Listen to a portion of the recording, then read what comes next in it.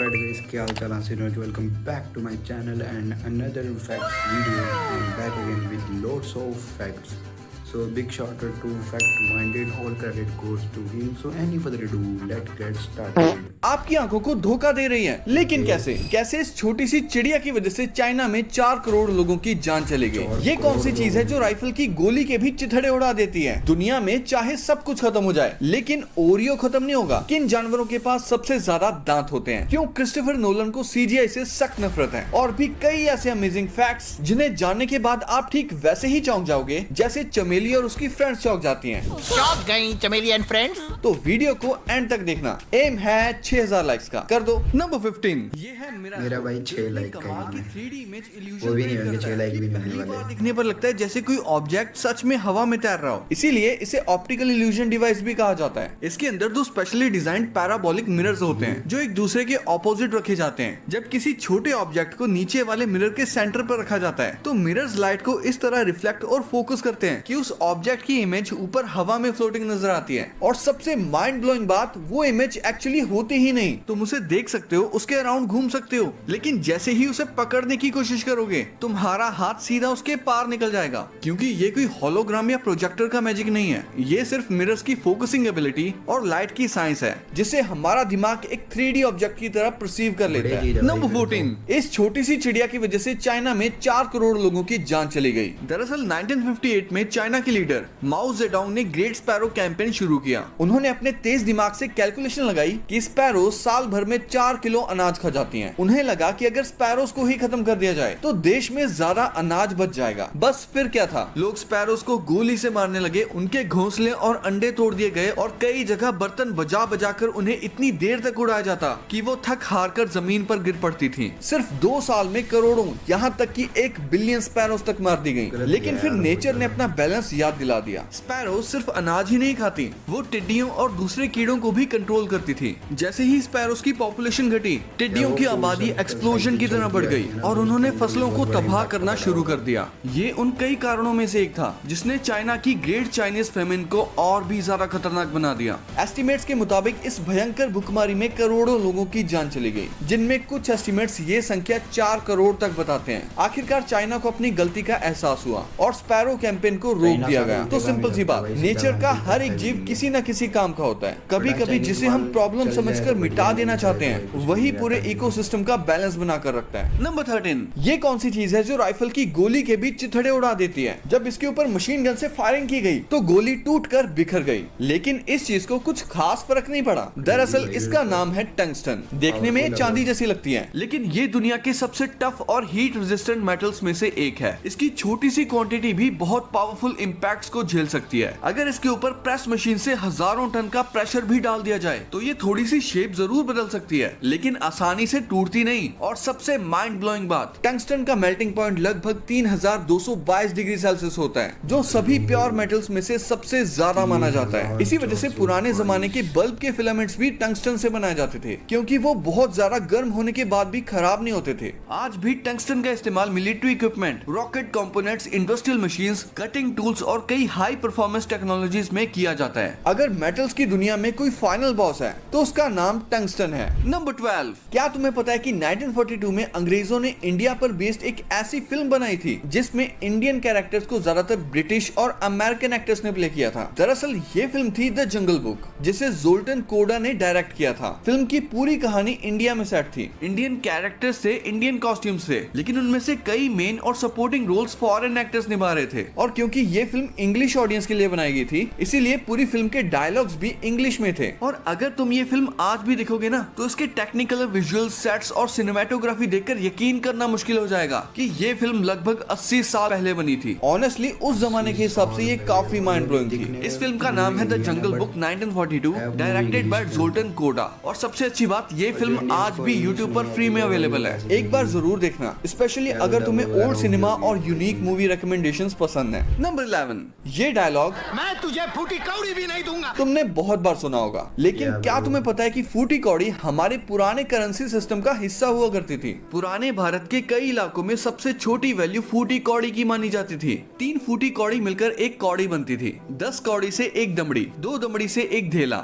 1.5 पाई एक धेले के बराबर होती थी, 3 पाई से एक पैसा, 4 पैसे से एक आना और 16 आने मिलकर 1 रुपया बनता था। और यहीं से एक फेमस डायलॉग भी आया, भाई ये बात तूने 16 आने सच कह दी, क्योंकि उस जमाने में 16 आने मिलकर 1 रुपया बनता था। इसीलिए जब कोई बात बिल्कुल सच होती थी तो लोग कहते थे 16 आने सच, यानी 100% करेक्ट। लेकिन सोचो उस वक्त 1 रुपया बनाने के लिए कितना लंबा हिसाब रखना पड़ता था। इसीलिए 1957 में इंडिया ने डेसिमल सिस्टम अपना लिया और पूरा करेंसी सिस्टम ही बदल दिया। अब 1 रुपया 100 पैसे के बराबर कर दिया गया था, जिससे हिसाब किताब पहले से काफी आसान हो गया। तो अगली बार जब कोई बोले मैं तुम्हें फूटी कौड़ी नहीं दूंगा या तूने तो 16 आने सच कह दिया, तो समझ जाना ये सिर्फ डायलॉग्स नहीं है, बल्कि हमारे पुराने करेंसी सिस्टम की यादें हैं। नंबर 10, नेचर के कुछ ऐसे हीरोज जिनके बिना इंसानों का धरती पर रहना काफी मुश्किल हो जाता। सबसे पहले वल्चर्स। देखने में चाहे ये कितने भी डरावने लगे, लेकिन असल में ये नेचर के सफाई कर्मचारी हैं। जब भी कोई जानवर मरता है उसकी बॉडी से बैक्टीरिया और वायरसेस फैलने लगते हैं। अगर उन्हें कोई ना हटाए तो ये डिसीजेस दूसरे जानवरों और इंसानों तक भी पहुंच सकती है, और यही एंट्री होती है वल्चर्स की। इनके पेट का एसिड इतना पावरफुल होता है कि ये कई खतरनाक पैथोजेंस को भी डाइजेस्ट कर लेते हैं। इसी वजह से डेड एनिमल्स बहुत ही जल्दी साफ हो जाते हैं और बीमारियां फैलने का रिस्क काफी कम हो जाता है। रिसर्च के मुताबिक इंडिया में वल्चर्स की पॉपुलेशन गिरने के बाद अगले कुछ सालों में लगभग 5 लाख एडिशनल ह्यूमन डेथ्स का एस्टीमेट लगाया गया, जिसका एक बड़ा कारण स्ट्रे डॉग्स और रेबीज के केसेस का बढ़ना था। अब मिलते हैं दूसरे हीरो से, डंग बीटल्स। बचपन में तुमने इन्हें गोबर का गोला बनाकर रोल करते हुए जरूर देखा होगा, लेकिन ये सिर्फ खेल नहीं रहे होते। ये बीटल्स उस गोबर को जमीन के अंदर दबा देते हैं, जहां माइक्रोब्स उसे धीरे धीरे ब्रेक डाउन करते हैं। इस प्रोसेस से न्यूट्रिएंट्स वापस मिट्टी में पहुंचते हैं और ह्यूमस बनाने में मदद मिलती है, जो प्लांट्स और सॉइल के लिए किसी सुपर फूड से कम नहीं होता। यानी एक तरफ वल्चर्स नेचर को बीमारियों से बचाते हैं और दूसरी तरफ डंग बीटल्स मिट्टी को जिंदा रखते हैं। नंबर 9, कपड़ों के लेबल पर बने ये अजीब सिंबल्स का आखिर मतलब क्या होता है, आइए जानते हैं। सबसे पहले बाल्टी का निशान। इसका मतलब कपड़ा धोया जा सकता है। अगर बाल्टी के अंदर हाथ बनाओ तो इसे हाथ से धोना है, और अगर बाल्टी पर क्रॉस बनाओ तो इस कपड़े को पानी से बिल्कुल मत धो। अब बाल्टी के अंदर जो 1, 2 या 3 डॉट्स बने होते हैं वो पानी का टेम्परेचर बताते हैं। 1 डॉट मतलब लो, 2 मीडियम और 3 डॉट्स मतलब हाई टेम्परेचर। अब आते हैं स्क्वायर वाले सिंबल पर। ये कपड़ों को सुखाने के लिए होता है। अगर स्क्वायर के अंदर एक तिरछी लाइन हो तो कपड़े को छांव में सुखाना है। अगर सीधी खड़ी लाइन हो तो लटका कर सुखाना है। अगर हॉरिजॉन्टल लाइन हो तो कपड़े को फ्लैट रखकर सुखाना है, और अगर ऊपर कर्व बना हो तो कपड़े को हैंगर पर सुखाना है। अगर स्क्वायर के अंदर सर्कल बनाओ तो कपड़ा ड्रायर मशीन में सुखाया जा सकता है, और यहाँ भी डॉट्स टेम्परेचर ही बताते हैं। अगर स्क्वायर के अंदर 3 वर्टिकल लाइंस या ड्रिप वाला सिंबल हो तो कपड़े को बिना निचोड़े सुखाना है। अब आयरन का सिंबल, इसका मतलब आयरन कर सकते हो। अगर उस पर क्रॉस बनाओ तो आयरन बिल्कुल मत करो, और 1, 2 या 3 डॉट्स फिर से लो, मीडियम और हाई हीट को दिखाते हैं। अब अगर आयरन के नीचे लाइंस बनी हो तो उसका मतलब स्टीम आयरन यूज की जा सकती है। और आखिर में सर्कल का सिंबल मतलब ड्राई क्लीन कर सकते हो, और ट्रायंगल का मतलब है कि ब्लीच यूज कर सकते हो। अगर ट्रायंगल पर क्रॉस बनाओ तो ब्लीच यूज बिल्कुल मत करना। तो अगली बार कपड़े का लेबल काटने से पहले एक बार जरूर पढ़ लेना, वरना नया कपड़ा पहली ही वॉश में पुराना लगने लगेगा। नंबर 8, इस दुनिया में चाहे सब कुछ खत्म हो जाए लेकिन शायद ओरियो खत्म नहीं होगा। सुनने में मजाक लग रहा है, लेकिन ये सच है। 2020 में कोरोना आउटब्रेक के दौरान ओरियो ने नॉर्वे के बर्फ से ढके स्वेलबर्ड एरिया में एक स्पेशल वॉल्ट बनाया, और सबसे इंटरेस्टिंग बात, ये वॉल्ट दुनिया के मशहूर ग्लोबल सीड वॉल्ट के बिल्कुल पास बनाया गया था, जहां फ्यूचर के लिए लाखों बीजों का बैकअप संभाल कर रखा जाता है। अब तुम सोच रहे होगे कि आखिर ओरियो ने वहां रखा क्या? ओरियो की कुकीज, उन्हें बनाने के लिए जरूरी इंग्रेडिएंट्स और सबसे इम्पोर्टेंट उनकी सीक्रेट रेसिपी का बैकअप। हाँ, ये बस ओरियो का एक क्रिएटिव मार्केटिंग कैंपेन था, लेकिन आइडिया इतना यूनिक था कि पूरी दुनिया में वायरल हो गया। इस दुनिया में चाहे सब कुछ खत्म हो जाए, ओरियो वालों ने पूरी कोशिश की कि उनकी रेसिपी ना खत्म हो। नंबर 7, ये छोटी सी मशीन मच्छरों के लिए जहर है, लेकिन अगर इसे गलत तरीके से यूज किया जाए तो ये आपको नुकसान भी पहुंचा सकती है। मॉस्किटो लिक्विड वेपोराइजर्स में प्रेलिथ्रिन या ट्रांसफ्लूथरिन जैसे इंसेक्टिसाइड्स होते हैं। ये केमिकल्स मच्छरों के नर्वस सिस्टम को डिस्टर्ब कर देते हैं। इसकी वजह से पहले मच्छर उड़ना बंद कर देते हैं, फिर कंट्रोल खो देते हैं और कुछ ही देर बाद मर जाते हैं। लेकिन अगर ये केमिकल बंद कमरे में ज्यादा देर तक इनहेल किया जाए तो कुछ लोगों को गले में जलन, आंखों में इरिटेशन, खांसी, हेडेक या चक्कर जैसे सिम्टम्स हो सकते हैं। और जिन लोगों को अस्थमा या एलर्जी है उनमें ये परेशानी और बढ़ सकती है। इसका मतलब ये नहीं कि मशीन अनसेफ है, बस इसे सही तरीके से यूज करना जरूरी है। इसीलिए 3 बातें हमेशा याद रखो। मशीन को बेड से थोड़ा दूर लगाओ, रूम में थोड़ी वेंटिलेशन रखो ताकि फ्रेश हवा आती जाती रहे,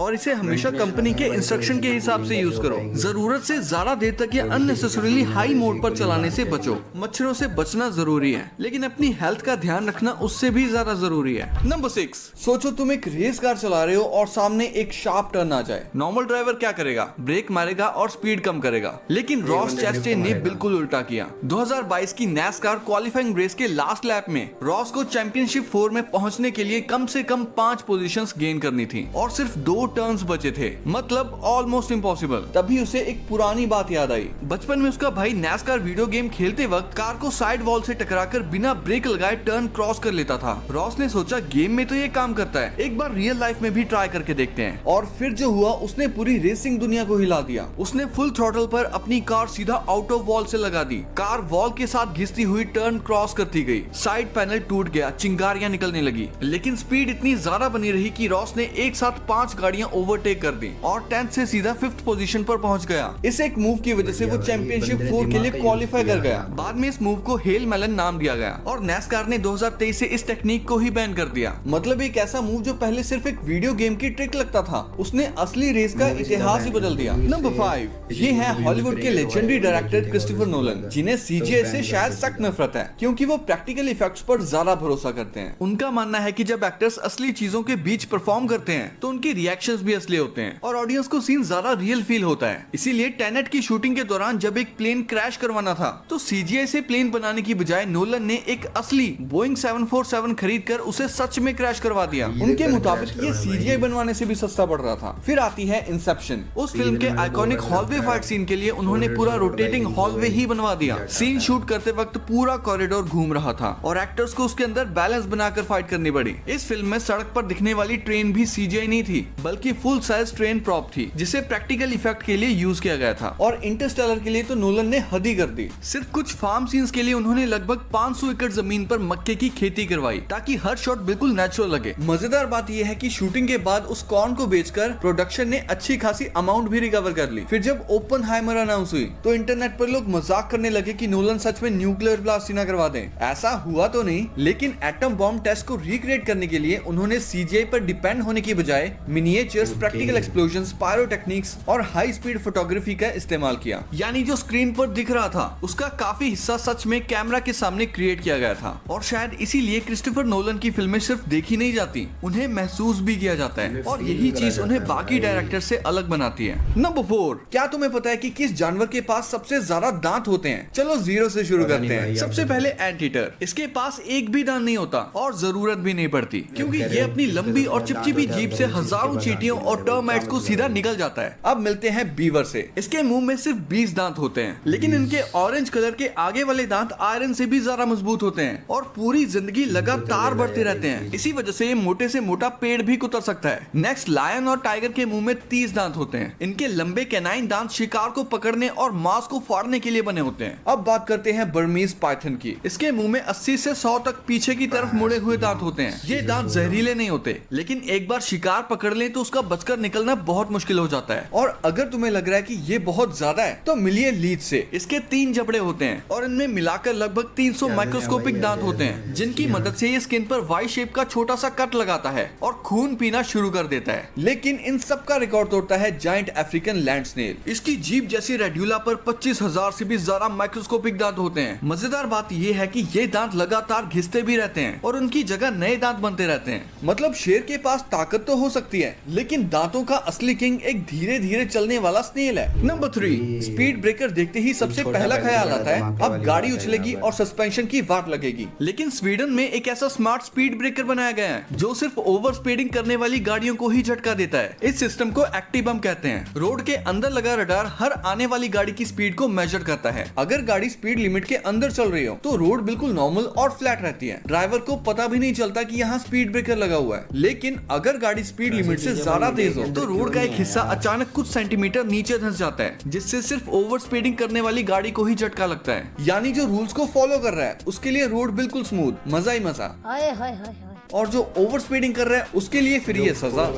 अब बताओ अगर ऐसा स्पीड ब्रेकर इंडिया में भी लग जाए तो कितने लोग पहले ही दिन स्पीड लिमिट में गाड़ी चलाना शुरू कर देंगे। नंबर 2, ये इंसान समुद्र में डूब चुकी नाव में 3 दिन तक जिंदा रहा। 2013 में नाइजीरिया के पास एक टग बोट ऑयल टैंकर को स्टेबलाइज कर रही थी, तभी अचानक एक बड़ी लहर आई और बोट पलटकर करीब 30 मीटर गहराई में डूब गई। बोट में मौजूद लगभग सभी लोगों की मौत हो गई, लेकिन हैरिसन ओकीन नाम का एक कुक जिंदा बच गया। दरअसल जब बोट डूब रही थी तब हैरिसन वॉशरूम में था। बोट के उलटने के बाद उसके एक हिस्से में एयर पॉकेट यानी हवा से भरी एक छोटी सी जगह बन गई, जहां वो पहुंच गया। उसने बाहर निकलने की बहुत कोशिश की, लेकिन अंधेरा, तेज पानी का प्रेशर और उलझी हुई बोट की वजह से बाहर निकलना लगभग नामुमकिन था। इसीलिए उसने वहीं रुकने का फैसला किया। वो करीब 60 घंटे यानी लगभग 3 दिन उसी छोटे से एयर पॉकेट में जिंदा रहा। बारिश का पानी और बोट में मिली कुछ सॉफ्ट ड्रिंक की बोतल की मदद से उसने किसी तरह अपनी प्यास बुझाई। फिर जब स्पेशल डाइवर्स डेड बॉडीज को रिकवर करने आए तो उनमें से एक डाइवर को अचानक हैरिसन का हाथ दिखा। सोचो, जिस इंसान को वो डेड समझ रहे थे वो अचानक से उनका हाथ पकड़ लेता है। डाइवर्स भी एक पल के लिए शॉक हो गए। उन्होंने तुरंत हैरिसन को ऑक्सीजन दी और सेफली बाहर निकाल लिया। कभी कभी जिंदा बचने के लिए ताकत से ज्यादा हिम्मत और सही वक्त का साथ जरूरी होता है। नंबर 1, जापान के कुछ साइंटिस्ट ने गायों को ज़ेब्रा की तरह पेंट कर दिया और जो रिजल्ट सामने आया उसने सबको हैरान कर दिया। रिसर्च के दौरान साइंटिस्ट ने कुछ काउस के शरीर पर ज़ेब्रा जैसी ब्लैक एंड व्हाइट स्ट्राइप्स बना दी,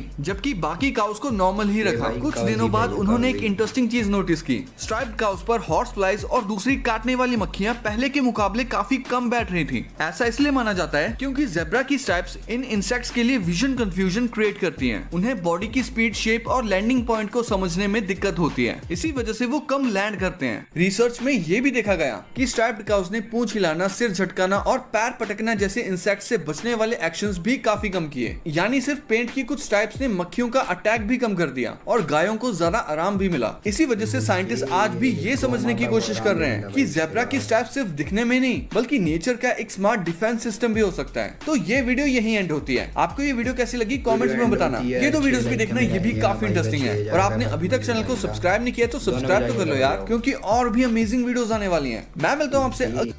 So I hope you guys enjoyed this video. If you enjoyed this video तो like, comment, share सब कर देना यार। करोगे नहीं? करोगे भाई यार, सब लोग करोगे। लाइक भी करोगे, कमेंट भी करोगे, शेयर भी करोगे, सब्सक्राइब भी कर दो यार प्लीज यार, कर दो प्लीज। ज़्यादा ओवर एक्टिंग मैं नहीं कर सकता तो करना, परेशान हो गए हम लोग 2.5 साल से। प्लीज कर दो सब्सक्राइब। सो आज वीडियो में इतना, मैं मिलता हूँ नेक्स्ट वीडियो, तब तक के लिए bye bye guys, love you.